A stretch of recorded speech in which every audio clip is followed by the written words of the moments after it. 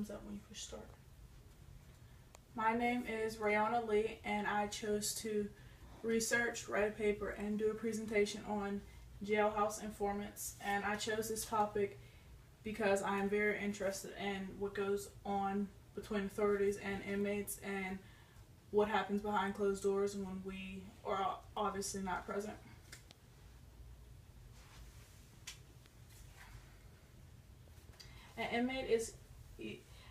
A jailhouse informant is an inmate who is either asked by the government to report any incriminating evidence shared with the inmate by another inmate, or who comes forward on his or her own with such information, usually in exchange for some type of benefit or reward by the government.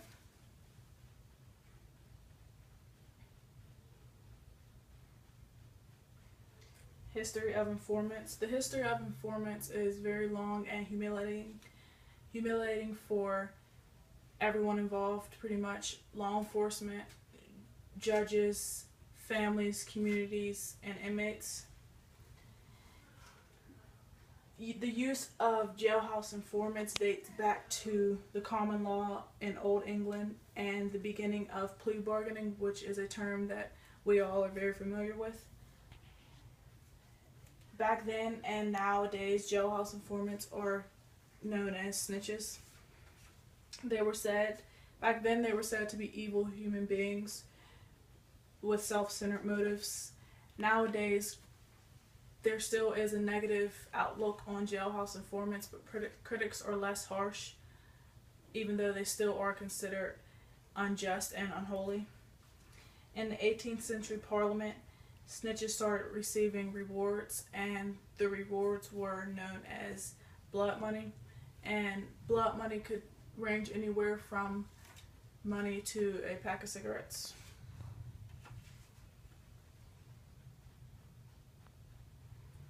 Over the years, jailhouse informants have earned negative names and reputations for themselves, and I've listed some of these examples of the names. A snitch, a stool pigeon, narc, rat, fink, turncoat, traitor, and squealer.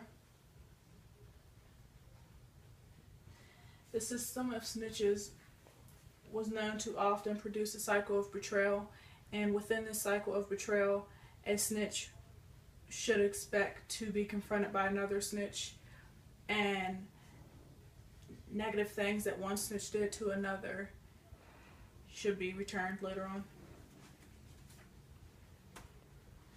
An example of this is Charles Kane, and this is him in the picture here.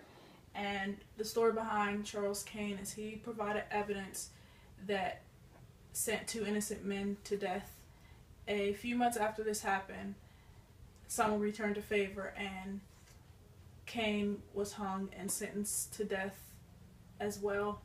So this showed an example of the system of betrayal, because what was done to him, he had done to two other people.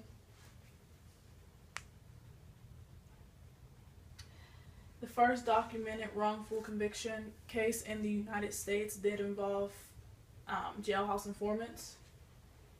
And this specifically involved Jesse and Stephen Bourne.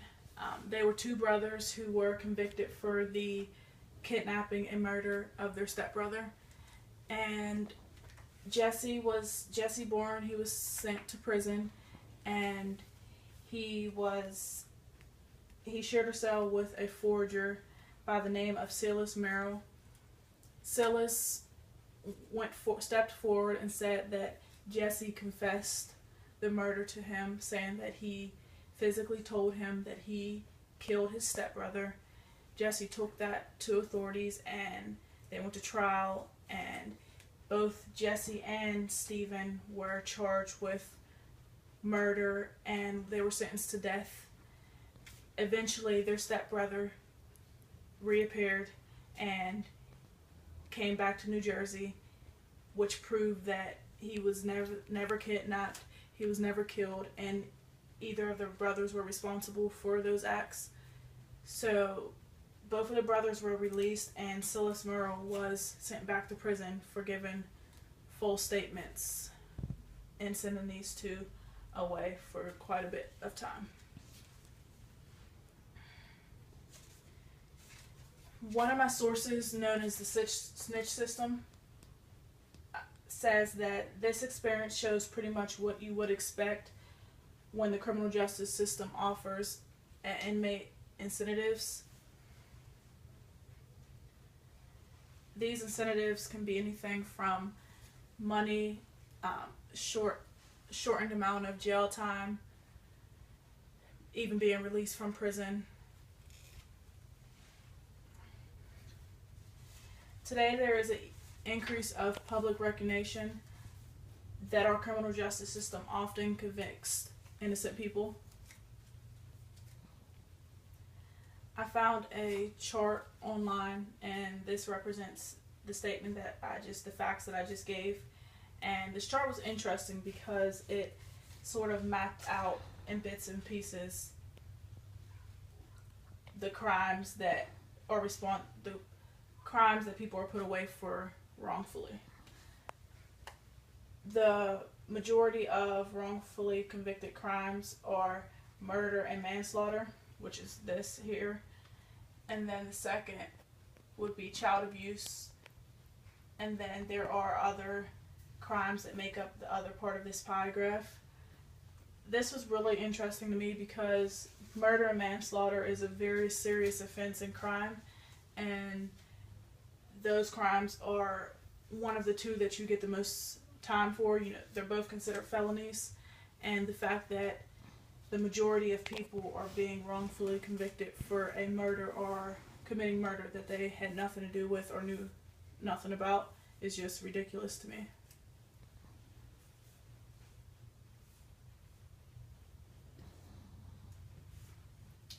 Snitches affect wrongfully conviction in many ways, but in the end, the wrongfully convicted individuals are the ones that should be rewarded because they were the individuals who were waiting out terms in jail, sitting behind bars, away from their families, away from their normal settings in life and the people that they love.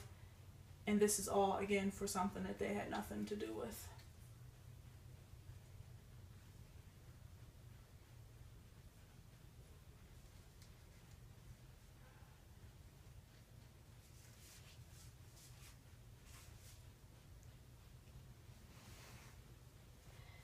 Leslie Vernon White is known as America's most famous snitch, and he is also an informant and a perjurer. He went about doing what he did in a very unique way. He would make telephone calls from inside of the jail, obtaining confidential information from authorities. After he would obtain this information, he would then use it against his fellow inmates, people outside of the jail, even family members. He faked confessions in dozens of cases and sent many people to jail behind these confessions. He turned his actions into jokes and literally showed no remorse for this at all. Two quotes from him is, "Do not go to the pen, send a friend. If you can't do the time, just drop a dime." And once again, this is just quotes directly from him that proves that he took this as a joke and he had pride and joy out of doing what he did. A large majority of jailhouse snitches are very dangerous criminals. Most of the jailhouse snitches are brought back into society and will return to doing and committing the same actions and crimes that they did previously. The recidivism rate for individuals who get out of prison is around 70%, and that's a really high percentage. I mean, that's well over 50%, which would be half, and this explains why crime is at an all-time high and why crime has continued to increase within our societies and communities. A main concern when dealing with informants should be to make sure that the information that we are receiving as authorities is both reliable and credible, and not to receive information just to receive information.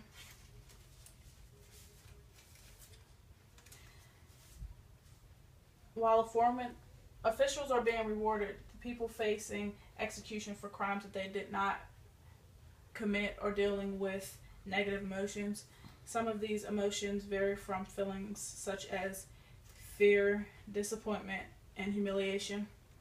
This can ruin somebody's reputation in life, as we all know. So I feel like the points that I made prior to it is very important. Some authorities may jump at the fact that somebody has information and they'll do whatever they can to get the information to make a case, but they're not thinking as far as, is this information the information we need? Is this the information that we want?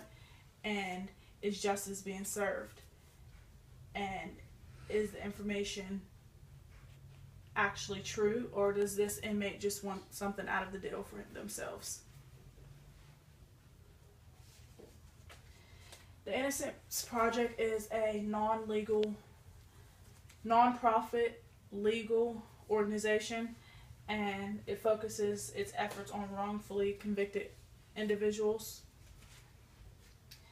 It's committed to exonerating wrongfully convicted individuals through the use of DNA, and to reforming the criminal justice system, and to prevent further injustice to our system as well.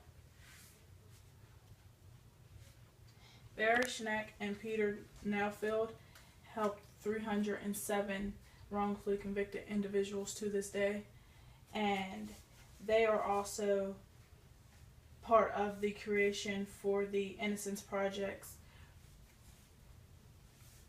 where they were able to produce and help with being able to use DNA to prove that these people were wrongfully convicted.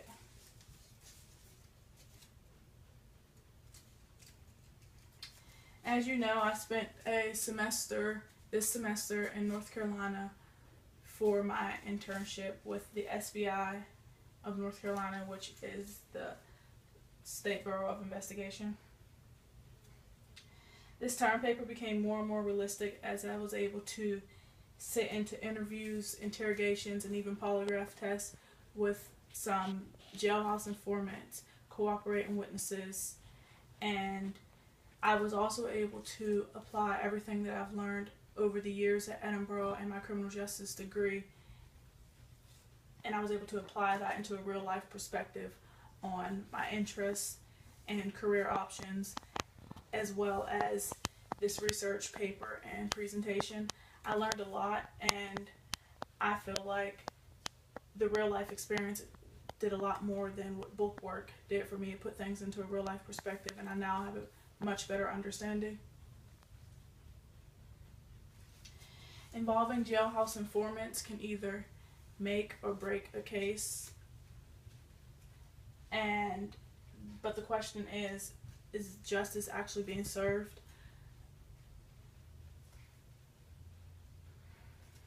Immanuel Kant quoted that when justice disappears, it is no longer worthwhile for a man to live his life. And I believe that this just means without justice we have nothing. Our justice system is being torn apart because of unethical and immoral acts, and there just needs to be something that stops it. We need to put a stop to this. While doing my research, I found a interesting article and news video, and this just proves how common putting jailhouse informants on stands is. This was a very big murder case, and the authorities completely trusted somebody who's known as a snitch in the jail to take the stands and to take control of their case, their murder case and investigation. And the video shows how he was uncertain about some information that he was given. He changed his facts up, and my main question is, why should we put someone of this status and reputation on the stands.